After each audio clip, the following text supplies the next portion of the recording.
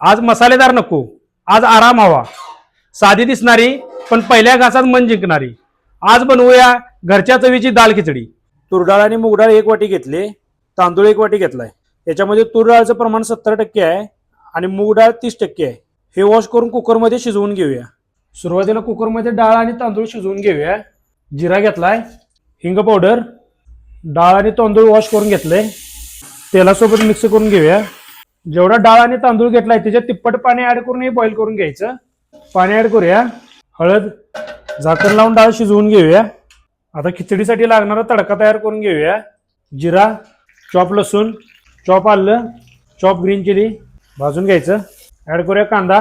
कांदा हलका सोनेरी रंगावर भाजून घ्यायचा. कांदा भाजून घेतलाय. थोडेसे ड्राय मसाले बघूया. हळद, मिरची पावडर मिक्स करूया. याच्यामधला थोडासा कांदा घेऊया गार्निशिंगसाठी काढून. ऍड करूया टोमॅटो. टोमॅटो भाजून घ्यायचा.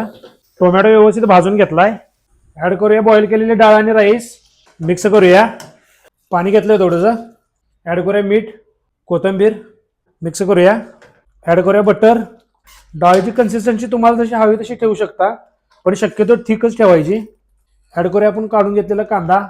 दाल खिचडी तयार आहे.